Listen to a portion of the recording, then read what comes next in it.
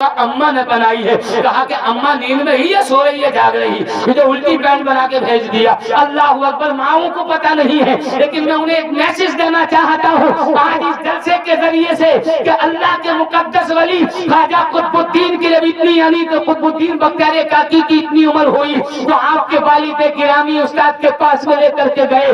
استاد نے پڑھایا, پڑھو بیٹا اعوذ باللہ من الشیطان الرجیم بسم اللہ الرحمن الرحیم. آپ خاموش ہو گئے. استاد نے سوچا کہ زبان ابھی ٹوٹی نہیں ہے, بچہ چھوٹا ہے. قاری صاحب کی بارگاہ میں عریضہ پیش کیا, سرکار مجھے اجازت دو.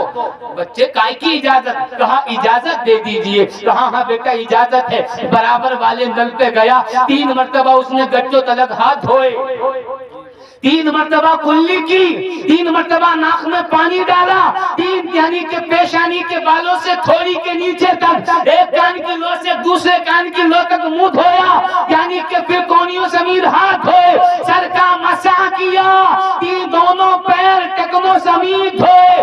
الحمدللہ اسی تو وضو کہتے ہیں. سبحان اللہ. اور وضو کرنے کے بعد میں قاری صاحب کی بارگاہ میں کہنے لگے سرکار اجازت دیجیے.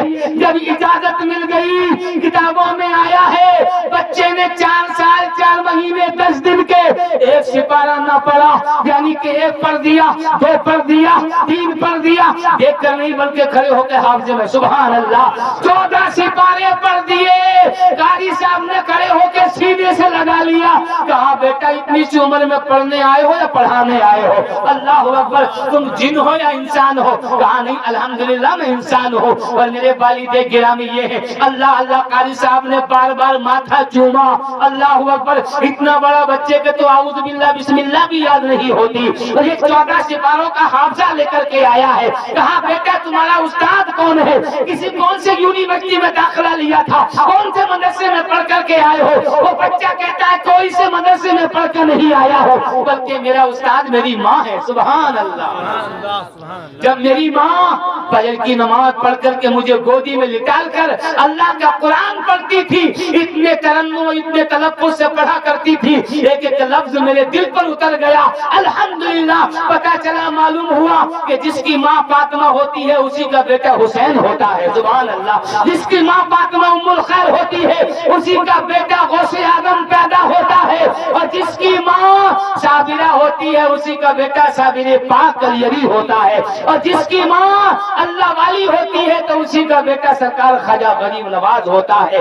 پتہ چلا معلوم ہوا میرے نبی کے کلمہ پڑھنے والوں, اگر ہمیں ان سے محبت ہے تو ان کے بتائے ہوئے اصولوں پر زندگی کو گزارنا پڑے گا. اگر ہمیں ان سے پیار ہے تو ہمیں نمازوں کی عادت ڈالنی پڑے گی. ان جلسوں سے کیا ملا کرتا ہے؟ علماء کرام یہی بتاتے ہیں نماز پڑھا کرو, اس لیے کہ نماز دنیا میں بھی کام آئے گی, قبر میں بھی کام آئے گی. ان اولیاء الا المتقون.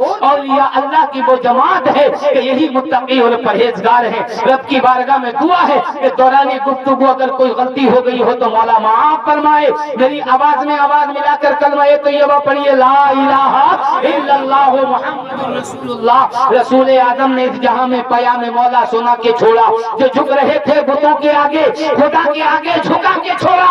عمر کے غصے میں چور اتنے چلے تھے آقا کو قتل کرنے, نگاہ لطف و کرم نے ان کی انہیں بھی کلمہ پڑھا کے چھوڑا. عرش اعظم کا وہ مہمان لیے بیٹھی ہے, یعنی وہ مظہر رحمان لیے بیٹھی ہے. بی بی مریم کو ملے صاحب انجیل مگر آمنہ گود میں قرآن لیے بیٹھی ہے. قلب میں جذبہ ایمان کہاں سے آتا؟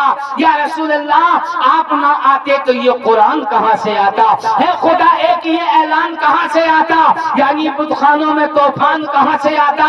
تجھ پہ قربان میری جان ربیع الاول تو نہ آتا تو یہ رمضان کہاں سے آتا؟ اور خواجہ ہند کا احسان ہے ہم پر یارو, ورنہ بھارت میں مسلمان کہاں سے آتا؟ وما علینا الا البلاغ. السلام علیکم.